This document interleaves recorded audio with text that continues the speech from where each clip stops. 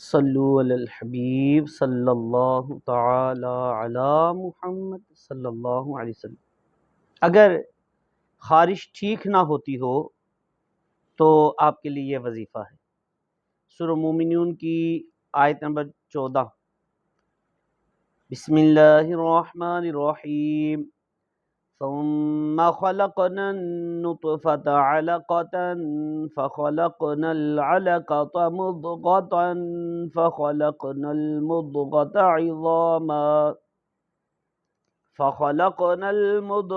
عظاما فكسونا العظام لحما ثم أنشأناه خلقا آخر فتبارك الله أحسن الخالقين۔